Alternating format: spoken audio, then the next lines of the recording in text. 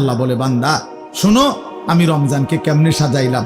1 পুরা মাস রোজা, 2 প্রতিদিন ইফতার, 3 প্রতিদিন সাহারি, 4 প্রতিদিন 20 রাকাত তারাবি, 5 শেষ দশকে এতেকাফ, 6 শেষ দশকের বেজর রাত্রিতে শবে কদর, এরপরে 7 একটা নফল একটা ফরজের সমান, 8 একটা ফরজ 70টা ফরজের সমান, 9 প্রথম দশক রহমত, 10 মাঝখানের দশক মাগফিরাত, 11 শেষ দশক জাহান্নাম থেকে মুক্তি। আল্লাহ বলেন, জান্নাতের দরজা খুলে দিলাম, জাহান্নামের দরজা বন্ধ করে দিলাম, সমস্ত শয়তানগুলোকে শেকলে বন্দী করে দিলাম, চারিদিক দিয়া গোলাইয়া সব গুছাইয়া বান্দা রাস্তা কেবল একটাই খোলা, দরজা কেবল একটাই খোলা। পুরা রমজান রাতে আসো, দিনে আসো, দুপুরে আসো, শুধু আমার গোলামি করবা, গুনাহ ছেড়ে দিবা, আর একটা দরজা দিয়েই সবাই ঢুকবা, শুধুই জান্নাত, শুধুই জান্নাত, শুধুই জান্নাত, শুধুই জান্নাত। কারণ দরজা তো খোলা একটাই, জান্নাতের দরজা, জাহান্নামের দরজা বন্ধ। এই মাসে আমি কোনো দিকে দেব না, শুধু জান্নাত দেব, শুধু জান্নাত, শুধু জান্নাত। এজন্য বাপ মহান আল্লাহ পাক রব্বুল আলামিন বলছেন, রমজান আমি কোরআন নাজিলের মাস। আমার শায়েখ বলে, আল্লামা মুফতি মুশতাকুন নবী সাহেব বড় সুন্দর বলছে হুজুরে, যে শুনেন আল্লাহ তাআলা রমজানকে বলছেন কোরআন নাজিলের মাস, এজন্য দামি বানাই দিছেন রমজান। একটাবার চিন্তা করে দেখেন, প্রত্যেক রমজানে কোরআন নাজিল হয় না, রমজান নির্দিষ্ট একটি রমজানে না কোরআন নাজিল হয়েছে, কথা বুঝছেন না? কিন্তু ওই এক মাসে কোরআন নাজিল হয়েছে দেখা আল্লাহর এই জমিনে যতবার এই মাস ঘুরে ঘুরে আসতেছে 1450 বছর ধরে, প্রত্যেকবারই এই মাস দামি হয়ে যাচ্ছে।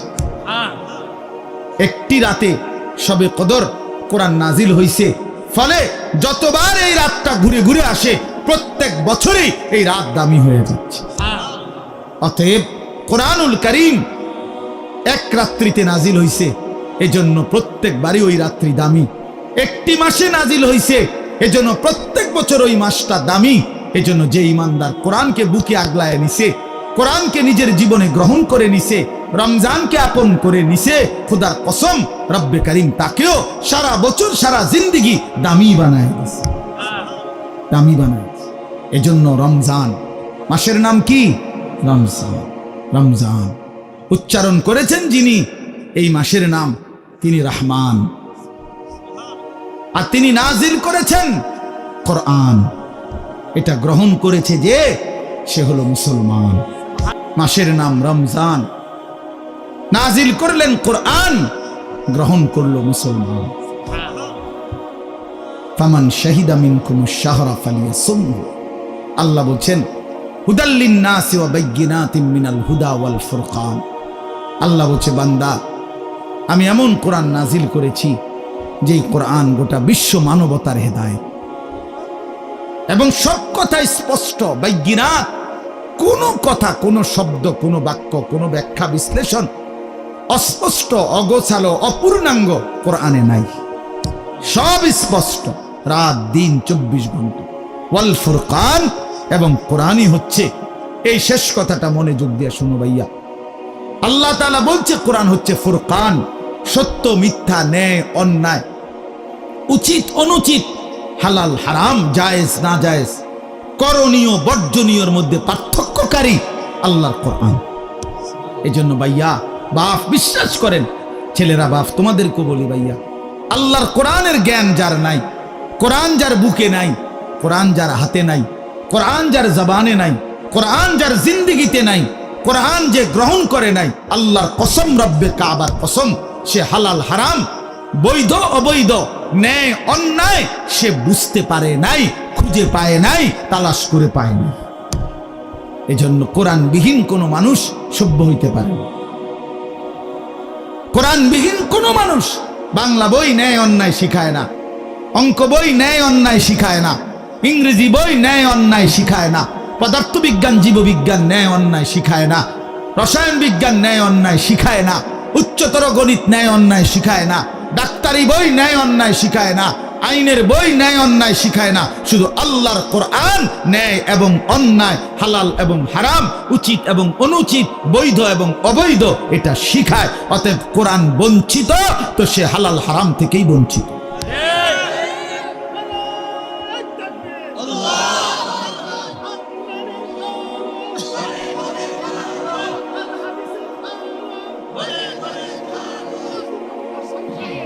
অতএব এটা ফিকির করা চাই, এটা পার্থক্যকারী জ্ঞান।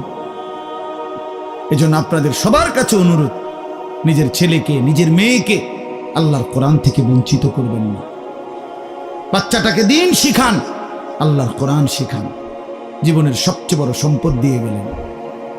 কোরআন আজীবন মানুষকে দামি বানায়, কোরআন জান্নাতেও দামি বানাবে। সর্বশেষ কথা হলো ফামান শাহিদা মিনকুমুশ শাহরা ফালিয়াসুমহু। আল্লাহ বলছে অতএব এত বড় ফজিলতপূর্ণ রমজান মাস যদি তোমার জন্য মিলে, আল্লাহ নিজে কি মজা করে আল্লাহ বলছে, বান্দা যদি রমজান পর্যন্ত তুমি পৌঁছো, তোমার জীবনে যদি রমজান মিলে, তুমি যদি হায়াত পাও, তা আমি আল্লাহ বলতেছি তুমি রোজা রাখো, তুমি রোজা রাখো, আমার হুকুম মাইনো, তুমি গুনাহ ছেড়ে দিও, তুমি আমার বন্দিগি একটা মাস কইরো। যদি বলি আল্লাহ এক মাস আপনার হুকুম মানবো, ঠিক আছে, গুনাহ ছেড়ে দিব, রোজাগুলো এবং বিধানগুলো মানবো, শরীয়তের হুকুম, আপনি আমারে কি দিবেন? আল্লাহ বলে লাআল্লাকুম তাত্তাকুন, এক মাসেই আমি আল্লাহ তোমারে মুত্তাকি বানিয়ে দেব। যদি বলি মুত্তাকি হলে কি হবে? আল্লাহ বলে জানো না, জান্নাত বানানোই হয়েছে মুত্তাকিদের জন্য। উইদ্দাত লিল মুত্তাকিন, জান্নাত বানানোই হয়েছে মুত্তাকিদের জন্য। অতএব যে মুত্তাকি সেই জান্নাতি, যে জান্নাতি সেই মুত্তাকি। আমার কিশোর, আমার নওজোয়ান, আমার বাপ, আমার ভাই, আমার বন্ধু, আমার পর্দার আড়ালের মা বোন, সবাইকে বলি হায়াতের কদর করেন, জিন্দেগির কদর করো। রিজিক বন্টন হয়ে আছে, মাথার গাম পায়ে ফেললা, পায়ের গাম যদি আবার মাথা তো উড়ান, বরাদ্দ দের দূরের দূরে, উদাই লাফান, আর উদাই লাফান, বুঝেন নাই? যে পরিশ্রম করে তার আয় বাড়ে, তাইলে তো সব দোকানদারের বেচা কিনা সমান হইতো। একসাথে দোকান খোলে, একসাথে দোকান বন্ধ করে, কামাই সমান না কেন? বুঝেন নাই আমনে কথা? একই স্ট্যান্ডে সবার 30টা সিএনজি, এখান থেকেই গেছে, এখান থেকেই আপনার এই সিরিকাইল থেকেই কোম্পানিগঞ্জ, কোম্পানিগঞ্জ থেকেই সিরিকাইল, কই সবার ইনকাম বাড়াবো কেন? কেন? শুধু পরিশ্রম করিলেই অর্থ আসে? না না না, আসমানের ফয়সালাতে অর্থ আসে, রবের ফয়সালা। ইন্না রাব্বি ইয়াবসুতুর রিজকা লিমান ইয়াশাউ ওয়া ইয়াকদির।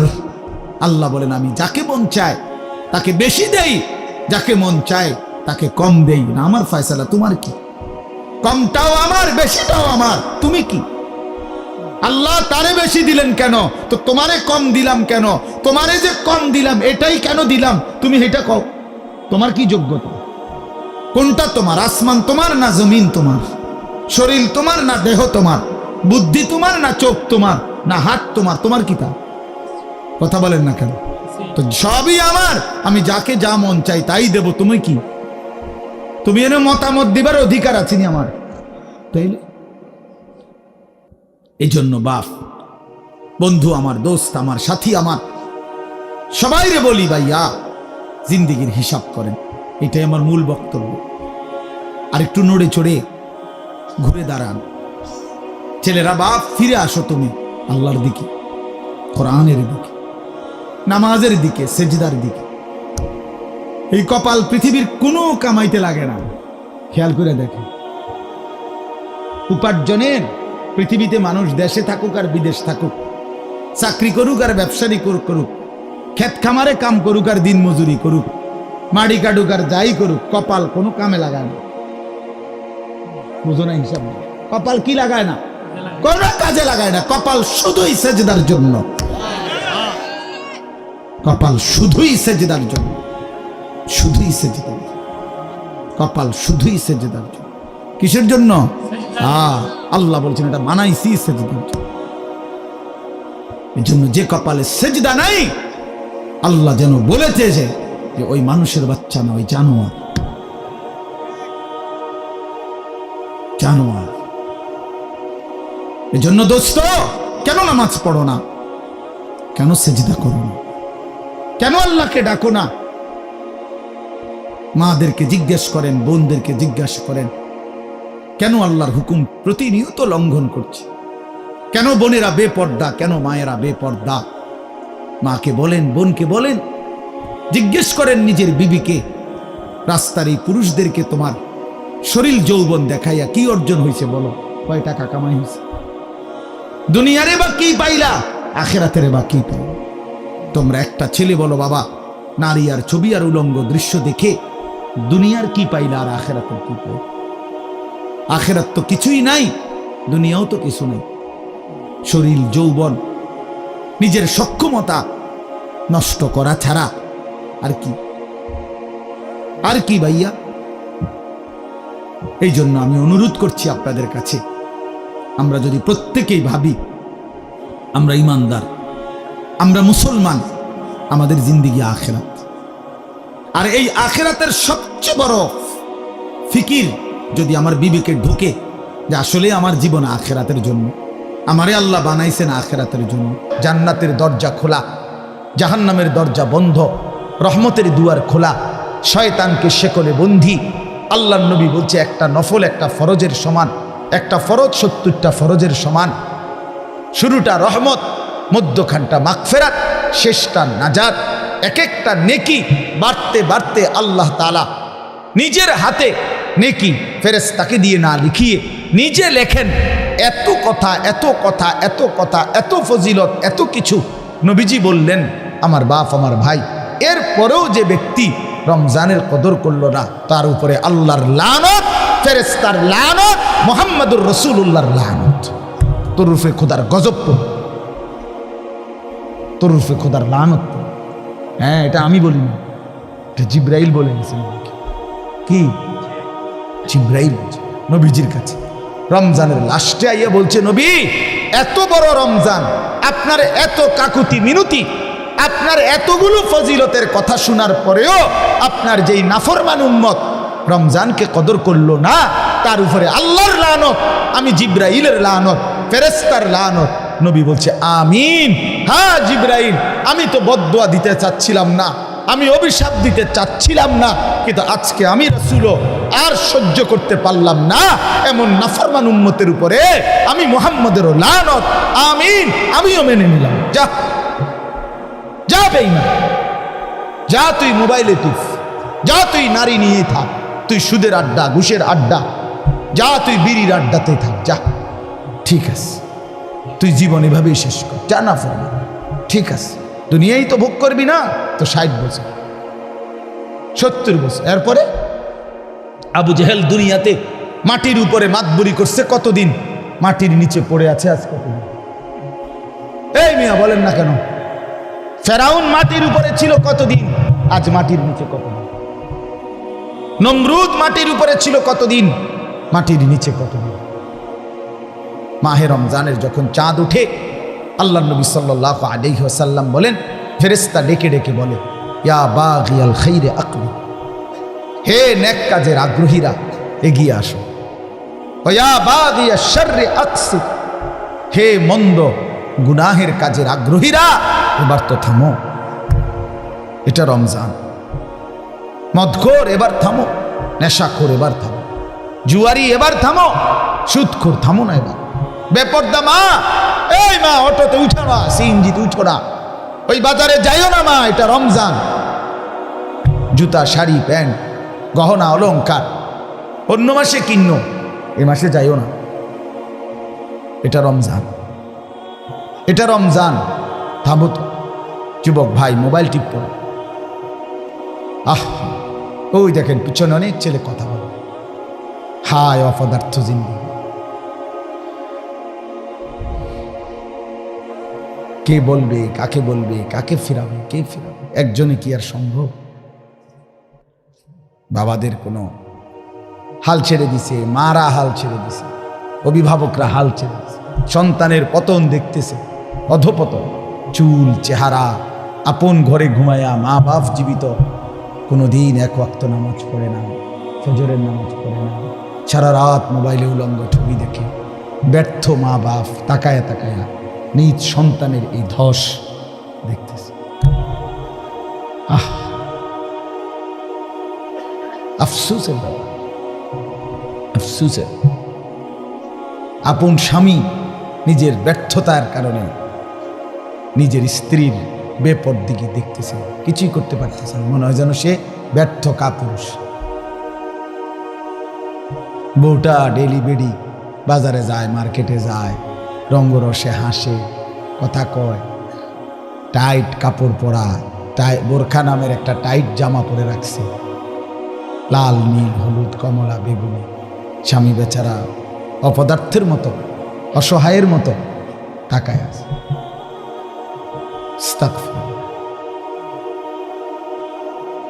এই পর্যন্ত কোন ইমানদারের বউ বেপর্দার সুযোগ দেয় নাই, এই কারণে কোন ইমানদারের বউ যায় নাই,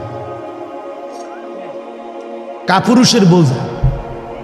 এই পর্যন্ত যত বেড়ি বাগছে আরেক বেড়া লইয়া, আগের থেকেই অপদার্থ যে বেড়া এবার বউ ভাগ্যে গেছে। কথা বুঝছেন? দিন যে মানে সে ক্ষতিগ্রস্ত হয় না, ক্ষতিগ্রস্ত হয় না। এই জন্য এটা ব্যর্থতার কথা, রাগ হবেন না চাচা, এটা কাপুরুষের কথা। অনকার ফোলাফানি শুনে না মানে তো আপনি সিদ্ধান্ত নিয়ে নিলেন, কেমনে সিদ্ধান্ত নিলেন? অনকার ফুতে আর কথা শুনে না কেন? সেই পুতে, যে পুতে কথাই শুনে না, আপনার চোখের সামনে আপনার ছেলে নামাজ পড়বে না, একটা সাজদা দিবে না, এত বড় নাফরমান আপনার সম্পত্তি ভোগ করবে, এত বড় নাফরমান আপনার ঘরে খাবে ঘুমাবে দুনিয়া ভোগ করবে, আপনি বেঁচে থাকতে এটা মেনে নেবেন কেন মিয়া? আপনার আপনার ব্যর্থতা তাইলে এটা। আপনি জীবন চিনেন নাই, আপনি কর্তব্য চিনেন নাই।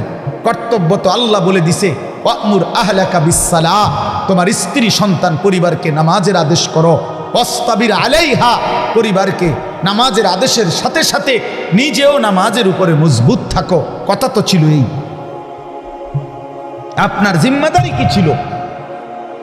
আমি আমার স্পষ্ট মনে আছে, আমি আমার আব্বারে প্রায় বলি, আমি এ কথা আমার আব্বারে আমার জীবনে আমি একবার বলছিলাম, পড়ালেখার জীবনে, আব্বা আমি এই মাদ্রাসায় পড়তাম না, আমার মাদ্রাসাটা বদলাই দিবেন শুধু। কসম খোদা, আমার আব্বা সাথে সাথে বলছে, বেটা পরের বেলা ভাতের লোকমা আমার ঘরে দিও না, এক লোকমা ভাত খাইবে না, সাবধান, বেরো। আমি যেখানে পড়তে দিছি এখানেই পড়তে হবে, নয়তো তোমার মতো করে কামাই করিয়া ফরো, নইলে ঘাস কাটো, যাও।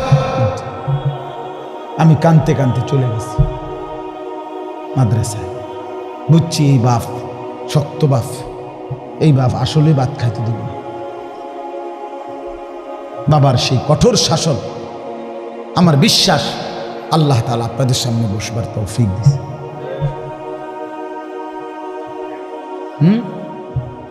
আমার জীবনের সার্থকতা কি? আমার স্ত্রী সন্তান যদি ধ্বংস হয়ে যায়, সোফা দিয়ে আমি করব কি? খাট দিয়ে আমি করব কি? বিল্ডিং দিয়ে আমি করব কি?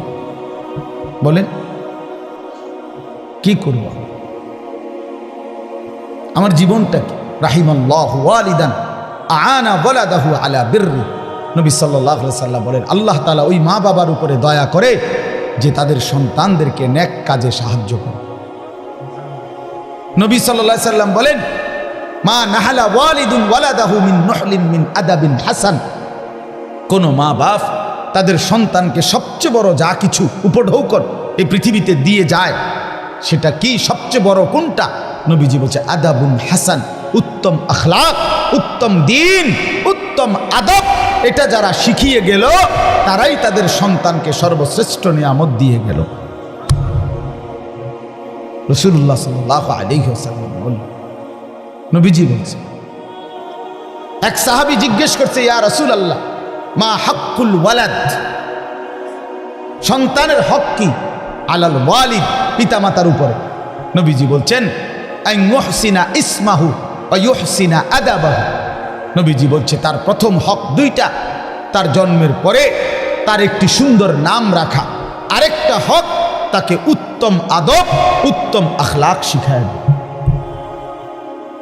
হযরত আলী রাদিয়াল্লাহু তাআলা আনহু বলছেন, কোরআনে আছে, ইয়া আইয়ুহাল্লাযীনা আমানু কু আনফুসাকুম ওয়া আহলিকুম নারা, হে ঈমানদারগণ, তোমরা তোমাদের নিজেদেরকে এবং পরিবার পরিজনকে জাহান্নামের আগুন থেকে বাঁচাও।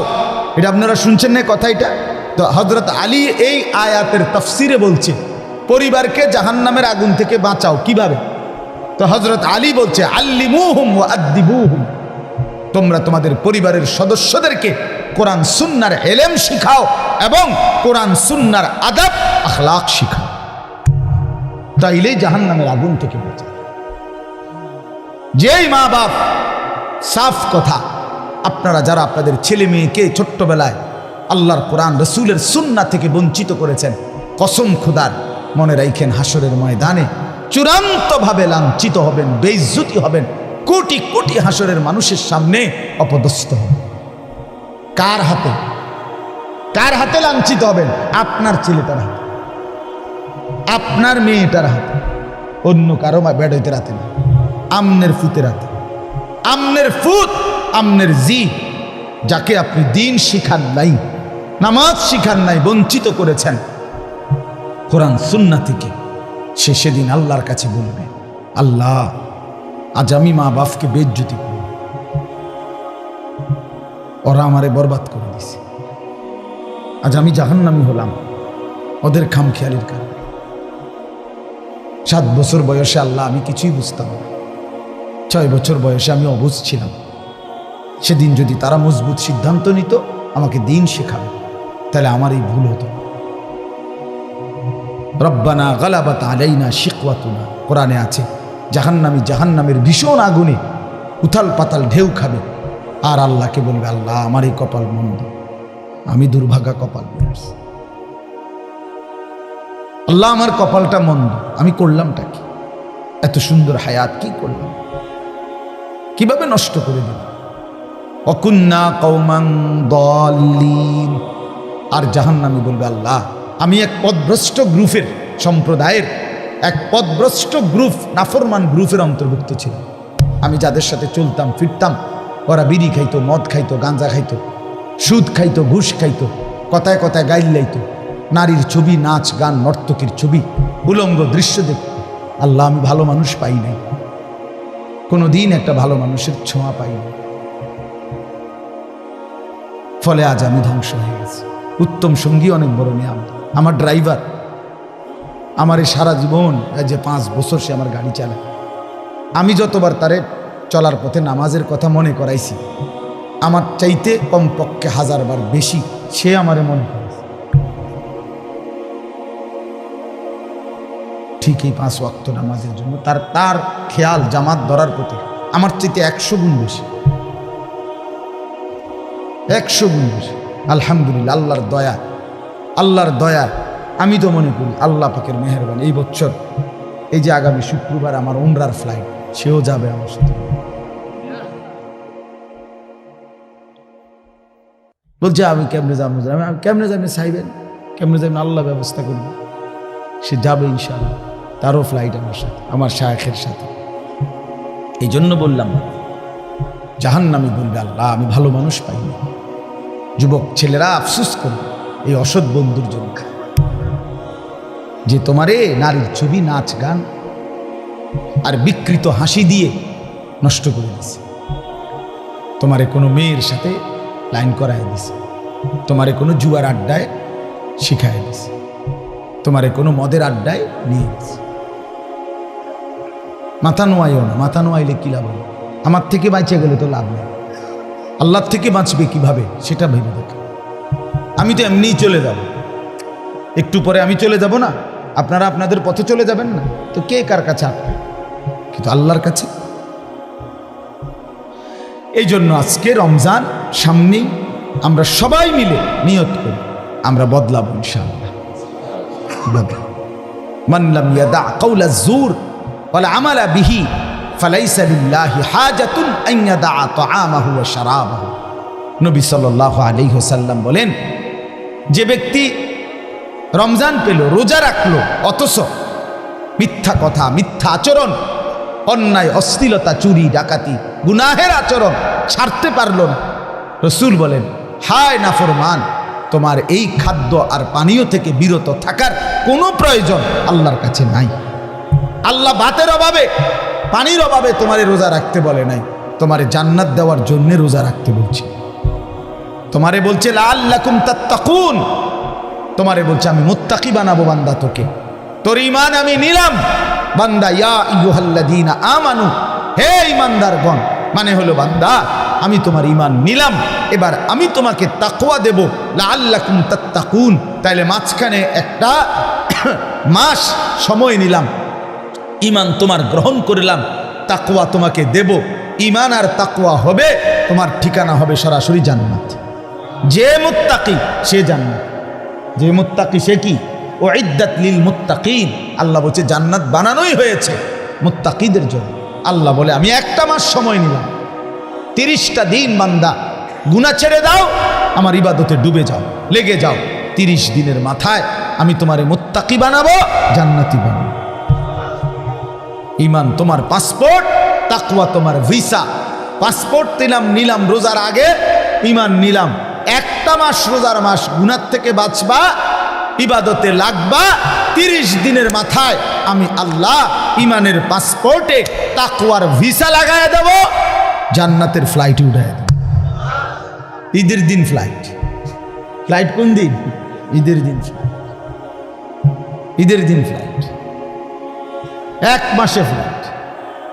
1 মাসে 31 দিন যাব না, হয় 30, নয় বার লাগলে 29, মাগার 31 লাগবে না। 31 রোদ হোক বৃষ্টি হোক, শীত হোক গরম হোক, ফ্লাইট কোন দিন? ঈদের দিন, জান্নাতের ফ্লাইট। হাদিসে আছে ঈদের দিন আল্লাহর নেয়ামত প্রাপ্ত জান্নাতি বান্দা রোজাদার যখন আল্লাহর ইবাদত ঈদের নামাজ পড়ে, তো ফেরেশতারা ডেকে বলে, যাও আল্লাহর বান্দা, খুশি খুশি যাও, কাদ গাফারাল্লাহু লাকুম, আল্লাহ তোমরে পুরা মাফ করে দিয়েছে, যাও খুশি খুশি। ফারজিউ রাশিদিনা ইলা রিহালিকুম, যার যার ঘরে খুশি খুশি দিলে সন্তুষ্ট চিত্তে ফিরে যাও, যাও রেডি হও জান্নাতের জন্য প্রস্তুতি নাও। এই জন্য ইনশাআল্লাহ রমজানকে কাজে লাগাও, ঠিক আছে? ইনশাআল্লাহ বলেন ইনশাআল্লাহ।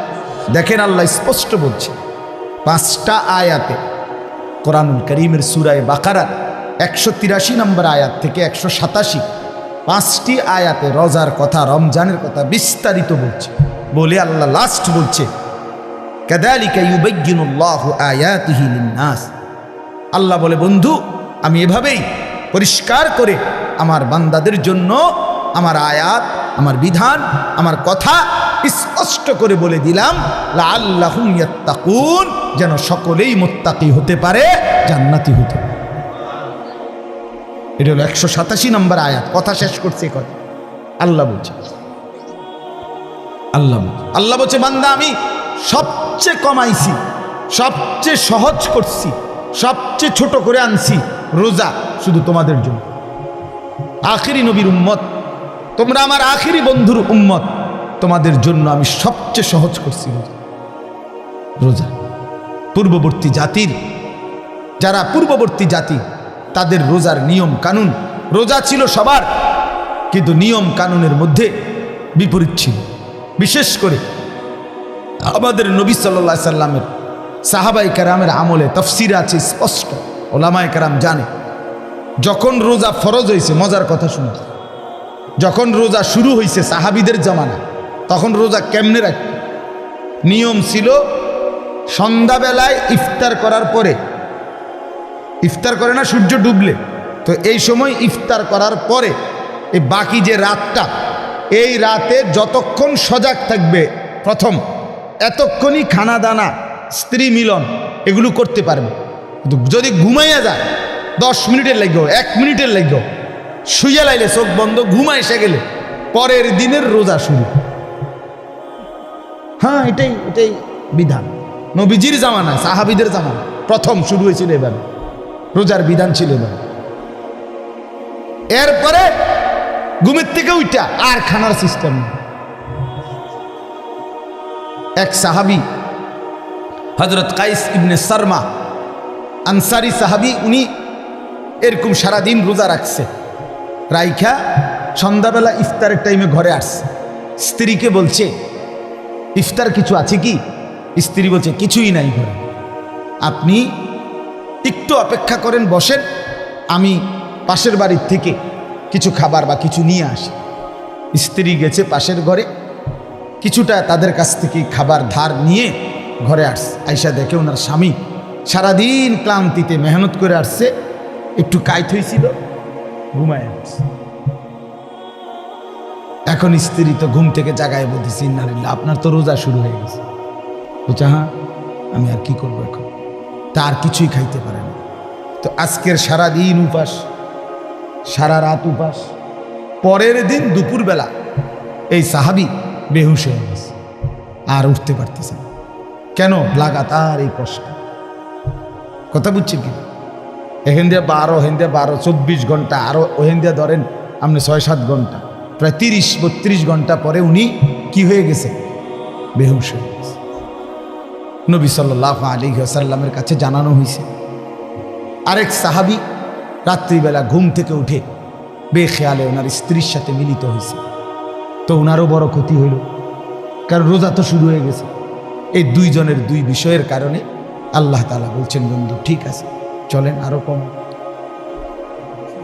আপনাকে যে আমি ভালোবাসি। আল্লাহ বলছেন, বন্ধু আপনাকে যে খুব পছন্দ করি, আপনার উম্মত তো আপনাকে ভালোবাসলে আপনার সাথে যা কিছু সব কিছুকেই আমি ভালোবাসি। আপনার উম্মতকেও ভালোবাসি, আপনার গায়ের চাদরকে ভালোবাসি, আপনার গায়ের কম্বলকেও ভালোবাসি। কোরআনে আছে ইয়া আইয়ুহাল মুজাম্মিল ইয়া আইয়ুহাল মুদ্দাসসির। নবীজি কখনো চাদর গায়ে দিছেন, আল্লাহ বলছে হে চাদর পরা নবী। নবীজি কম্বল গায়ে দিছেন, তা আল্লাহ বলছে হে কম্বল পরা বন্ধু আমার। তার মানে কি? এটা কেমন মায়ের কথা। এই রুমালওয়ালা ভাই, আমরা বলি না এটা? আল্লাহ যেন বলছে, বন্ধু আপনার সাথে যা লাগে সব আমার কাছে প্রিয় হয়। চাদরও দামি, কম্বলও দামি। আয় হায়, যদি চাদর দামি হয়, কম্বলও দামি হয় নবীর সাথে, আপনি আমি লাগলে কি পরিমাণ দামি হব? তাহলে কেন দাড়ি কাটেন? দাড়ি কাটেন কেন? বাপ কাইটেন, এটা অভদ্রতা, অসুন্দর। পৃথিবীর কোনো গবেষক, দার্শনিক, পণ্ডিত, বুদ্ধিজীবী, কাফের, মুশরিক, বেঈমান, ইহুদি, খ্রিস্টান, নাস্তিক, মুরতাদ, হিন্দু, বৌদ্ধ, পৃথিবীর কেউ, কোনো গবেষক, আমি চ্যালেঞ্জ করলাম, কোনো বুদ্ধিজীবী, কাফেরও আজ পর্যন্ত গবেষণা করে প্রমাণ করতে পারে নাই যে দাড়িওয়ালা চেহারার চাইতে শেবওয়ালা দাড়িবিহীন চেহারা সুন্দর, হ্যান্ডসাম। এটা কি যুক্তিতে, কি গবেষণাতে, কি মেশিনে ধরা খাইছে? এটা কথা বোঝেন নাই আমনে কদ্দুর জানলে আমারে কদ্দুর দেখাইয়েন, এরপরে প্রমাণ যদি করতে পারেন তো জেনে আমার বিচার করণ দরকার, আমি হেনে যাবো বিচারে লেগে। দাড়িবিহীন চেহারার চাইতে দাড়িওয়ালা চেহারা লক্ষ কোটি গুণ বেশি সুন্দর, তুলনাই হয় না বেটা। এ তো কাপুরুষের চেহারা, যে নিজের দেহকে বিকৃত করে, নিজের শরীর চেহারাকে যে বিকৃত করে দেয়, তার হিম্মত কোথায়? সাহস কোথায়? তার পৌরুষ কোথায়? বীরত্ব কোথায়? নিজের চেহারাকে যে বিকৃত করে, নিজের চেহারা নিয়ে যে নিজে লজ্জিত, তো তার ইজ্জত দিব কে? তারে সম্মান দিবে কে? আল্লাহ আমাদেরকে মাফ করে দেয়। তো আল্লাহ তাআলা বললেন, তো এই দুই সাহাবী, দুইটা ঘটনা ঘটলো, আল্লাহ তাআলা বললেন, বন্ধু চলেন সহজ করে দিন, আরো সহজ করে। কুলু ওয়াশরাবু, এই যে দেখেন, উহিল্লা লাকুম লাইলাতাস সিয়ামির রাফাসু ইলা নিসাইকুম। আল্লাহ বলে এখন থেকে বন্ধু আপনি আপনার উম্মতকে বলেন, প্রত্যেকটা ইমানদার পুরুষ রোজাদারের জন্য সন্ধ্যা সূর্যাস্তের পরে রাত সুবহে সাদিক পর্যন্ত পুরা রাত, এবার আর কোনো ঘুম যাক বা না যাক, কোনো নিষেধাজ্ঞা আর নাই। সে তার স্ত্রীর সাথে মিলিত হওয়া, স্ত্রীর সাথে থাকা তার জন্য পুরাপুরি বৈধ করা হবে। হুন্না লিবাসুল লাকুম ওয়া আনতুম লিবাসুল লাহুন্না। স্ত্রী তো স্বামীর পোশাক, স্বামী তো স্ত্রীর পোশাক। একজন আরেকজনের সাথে মিলে মিশে থাকবে, এটাই তো ইনসাফ, এটাই তো আল্লাহর চাও। স্বামী যদি স্ত্রীর কাছে আপনার আকর্ষণীয় না হয়, স্ত্রী যদি স্বামীর কাছে আকর্ষণীয় না হয়, বেডিও যদি বাইরের বেড হইতে লেগে আগ্রহী, এবারও যদি বাইরের বেড হইতে লেগে আগ্রহী, তো এই দুই অপদার্থ কি এর স্বামী স্ত্রী ডিফেলাসটি কেন কি রে বেড়া? তুই বেটা তোমার বউ আছে ঘরে, তুমি রং সহ মানুষের বেডি বেও খুব কোথাকার, তোমার তো রইদে টাঙ্গাই তুমি দরকার। যে মহিলা তার স্বামী আছে সে পর পুরুষের প্রতি আসক্ত। এখান থেকে মুরাদনগর যাবে এক জোড়া জুতা কিন্তু এবুড়ি রে সিএনজি আইয়া হরন দিতে আছে আধা ঘন্টা ধরে, এবুড়ি রেডি, হ্যাঁ রেডি, আগো বাইরন না না রাখো না, রেডি হইতেছে, এবুড়ি রেডি, এই পাউডার ডলতে আছে, ফেয়ার এন্ড লাভলি ডলতে আছে, মেকআপ ডলতে আছে। আরে বোন, আরে মা, কারে দেখাই এই রঙ্গরসের যৌবন, এই গহনা, এই অলংকার, এই প্রসাদনী কাকে দেখাই? কাকে দেখাইবার জন্য 1 ঘন্টা ধরে সাজলা? রাস্তার ওই লম্পট বখাটে যে তোমার এদিকে অবৈধ কল্পনা করে, অশ্লীল কামনা করে সে, অথচ নিজ স্বামী বেচারা যদি বলে কদ্দুর কাপড় সোপড় কদ্দুর বদলাইয়া সুন্দর করে পাউডার টাউডার বা কদ্দুর সুন্দর করে ভালো হইয়া থাকো, স্বামীর সামনে আসো, কথা কয় দেবে বেড়া, বাতরা ইনতে রাইনতে জান শেষ, কথা কইতে তো সুন্দর লাগে, এ দিচ্ছে তো বেটারে যায়, জামাইয়ের 14 গোষ্ঠী উড়ে গেছে, জামাইয়ের কপালে ভালো কাপড়, ভালো প্রসাদনী কিছুই জোটে না, জোটে রাস্তার বখাটের কথা। আস্তাগফিরুল্লাহ, আস্তাগফিরুল্লাহ, আস্তাগফিরুল্লাহ। আল্লাহ আমাদেরকে মাফ করে দেন। আল্লাহ বলেন এই জন্য কি চমৎকার কথা, হুন্না লিবাসুল লাকুম ওয়া আনতুম লিবাসুল লাহুন। আল্লাহ বলে স্ত্রীরা এ তো স্বামীর পোশাক, স্বামী এ তো স্ত্রীর পোশাক, মিলেমিশে একাকার। সুবহানাল্লাহ। এরপরে আল্লাহ বলেন আলিমাল্লাহু আন্নাকুম কুনতুম তাখতানুনা আনফুসাকুম ফাতাবা আলাইকুম ওয়া আফা আনকুম। আমি জানি তোমাদের কেউ রাত গভীরে স্ত্রীর সাথে মেলামেশা করে ফেলেছো, ভুল হয়ে গেছে, ঠিক আছে, আমি তওবা করো, আমি মাফ করে দিলাম। ফালআনা বাশিরুহুন্না ওয়াবতাগু মা কাতাবাল্লাহু লাকুম। এখন আমি তোমাদের জন্য অনুমতি দিয়ে দিলাম, এখন হালাল করে দিলাম, বৈধ করে দিলাম, তোমরা আমার সিদ্ধান্ত হুকুম তালাশ করো, অর্থাৎ এখন তোমাদের জন্য অনুমতি দেওয়া হবে। এরপরে আল্লাহ বলেন ওই আরেক সাহাবীর ঘটনা রয়েছে না, ব্যাপারটা যে কি হয়ে গেছে, তো আল্লাহ বলছে ওয়াকুলু ওয়াশরাবু, এবং সাথে সাথে খাও পান করো, হাত্তা ইয়াতাবায়্যানা লাকুমুল খাইতুল আবিয়াদু মিনাল খাইতিল আসওয়াদি মিনাল ফাজর, একেবারে সাদা সুতা কালো সুতা থেকে আলাদা করা পর্যন্ত খাও পান করো। তার মানে রাত্রির কালো রেখা থেকে যখন সুবহে সাদিকের সাদা নতুন রেখা আসে, দাগ আসে, রেখা, সাদা রেখা, ওই পর্যন্ত খাইতে থাকো। সুম্মা আতিম্মুস সিয়ামা ইলাল লাইল, এবং এরপরে সন্ধ্যা পর্যন্ত, সূর্য অস্ত পর্যন্ত, ওই সুবহে সাদিক থেকে সন্ধ্যা পর্যন্ত রোজাটা পূর্ণ করো। আল্লাহ বলেন ওয়ালা তুবাশিরুহুন্না ওয়া আনতুম আকিফুনা ফিল মাসাজিদ। আর শোনো, তবে যদি রমজানের শেষ দশকে এতেকাফ করো আল্লাহর ঘরে, তাইলে আর স্ত্রীর সাথে যে কোনো রকমের রাতে দিনে কোনো রকমের মেলামেশা আর নিষিদ্ধ করে দেওয়া হবে। আল্লাহ বলেন এতগুলো কথা যা বললাম, তিলকা হুদুদুল্লাহ, এগুলো আমি আল্লাহ তাআলার বিধি নিষেধের সীমারেখা, ফালা তাকরাবুহা, আমার বিধি নিষেধের লঙ্ঘন করে আমার নাফরমানির কাছে যেও না। কাযালিকা ইউবায়্যিনুল্লাহু আয়াতিহি, আল্লাহ বলেন এভাবে আমি পরিষ্কার করে তোমাদের কাছে সব বলে দিলাম, লাআল্লাহুম ইয়াত্তাকুন, যেন বাস্তবিক অর্থে মুত্তাকি হতে পারো, জান্নাতি হতে পারো। এজন্য বাপ আমাদের জন্য আল্লাহ তাআলা সবচেয়ে সহজ করে দিয়েছেন রমজান, অনেক কমাই আনছেন। কোরআনে আছে ইউরিদুল্লাহু বিকুমুল ইউসরা ওয়ালা ইউরিদু বিকুমুল উসর। আল্লাহ বলেন আমি তোমাদেরকে সহজ করতে চাই, কঠিন করতে চাই না। অতএব আমাদের জন্য আল্লাহই সহজ করেছেন আমাদের জন্য সুবহে সাদিক থেকে সূর্যাস্ত পর্যন্ত খাদ্য পানীয় স্ত্রী মিলন থেকে বিরত থাকতে বলছেন, আর সারা বছরের মতো চলমান গুনাহ বাঁচতে বলছেন, ইবাদতে লেগে থাকতে বলছেন। তাইলে অতিরিক্ত আহামরি খুব কঠিন কোনো বোঝা আমাদেরকে চাপায় দিছেন। রমজান মানে কি 50 কেজি চালের বস্তা কান্দে লইয়া দাঁড়ায় থাকা, রোজা মানে কি সিমেন্টের বস্তা একটা লইয়া খাড়ায় থাকুন নাকি? তাই এখানে কঠিন কি?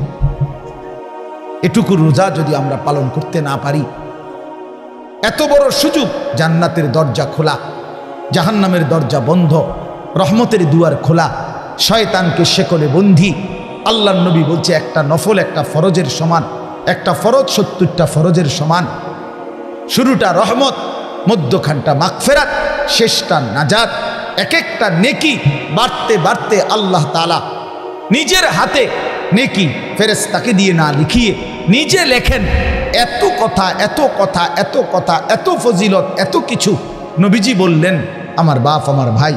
এরপরেও যে ব্যক্তি রমজানের কদর করল না, তার উপরে আল্লাহর লানত, ফেরেশতার লানত, মুহাম্মদুর রাসূলুল্লাহর লানত।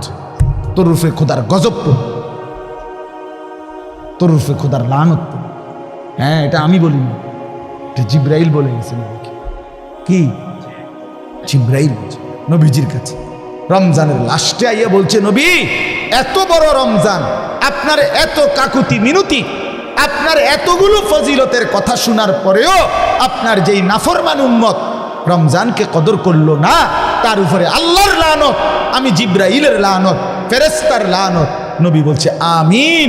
হ্যাঁ জিব্রাইল, আমি তো বদদুয়া দিতে চাচ্ছিলাম না, আমি অভিশাপ দিতে চাচ্ছিলাম না, কিন্তু আজকে আমি রাসূলও আর সহ্য করতে পারলাম না এমন নাফরমান উম্মতের উপরে আমি মুহাম্মদেরও লানত।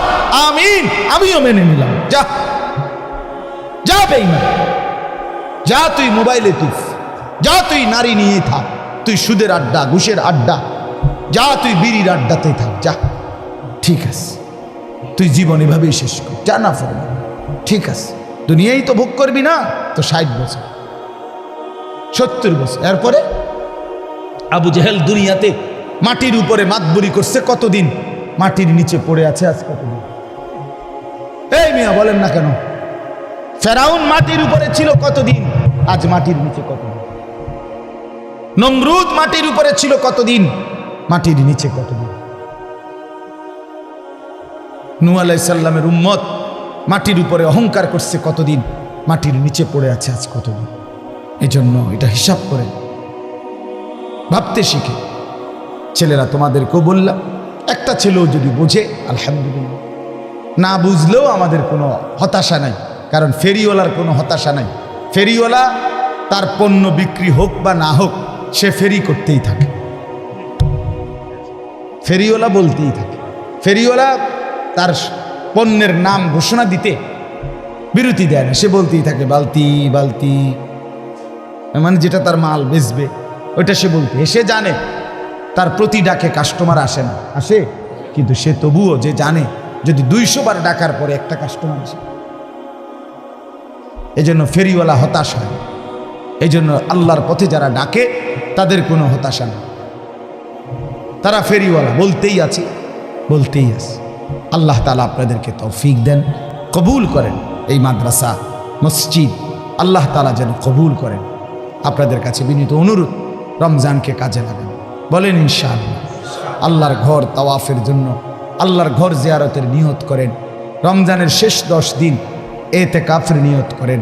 বেশি বেশি আল্লাহর জিকির, তাসবিহ, তেলাওয়াত, দোয়া, কান্নাকাটির মধ্যে কাটাবেন, আর বিশেষভাবে গুনাহ থেকে বাঁচবেন। যুবক ছেলেরা তোমাদেরকে আবারও বলছি, হায়াতের এই সুন্দর সময়টা, যৌবনকাল নষ্ট করো না। আবারও বলছি, বাপ বিশেষভাবে তুমি নষ্ট হইলে, তুমি পৌঁছা গেলে পৃথিবীর কিচ্ছু হইতো না। পৃথিবীর সূর্য ডুবেই, চাঁদও ডুববে, শুধু তুমি বাদ পেরে গেলে আর কি। কেউ মরলে পৃথিবীর কিচ্ছু হয় না, কথা বলেন না কেন? রাস্তায় অ্যাক্সিডেন্টে যে লাশ পড়ে আছে, তো বাকি সিএনজি গাড়ি সব গাড়ি চালানোই বন্ধ করে দেয় না, কারো হাতে সময় নেই। আমনের লেগে বইয়া তাহলে টাইম কারো নেই, সবাই সাইডে দিয়ে কাইটা কাইটা সব গাড়ি চলে যায়, কারো হাতে সময়। এই জন্য বন্ধু, কারো মৃত্যুতেই যেখানে কারো হাতে সময় নাই, তো তুমি আর আমি নষ্ট হয়ে গেলে কার হাতে সময় আছে? কার হাতে সময়? নিজের জীবনটাই নিজে নষ্ট করে দিলাম। নিজের বরবাদি নিজে করলাম। এই জন্য শেষ পর্যন্ত কবরে আমি একাই, হাসরে আমি একাই, ফুলসেরাতে আমি একাই। কাজেই আমার বুঝ আমাকেই করতে হবে। আল্লাহ আমাদেরকে তৌফিক দেয়।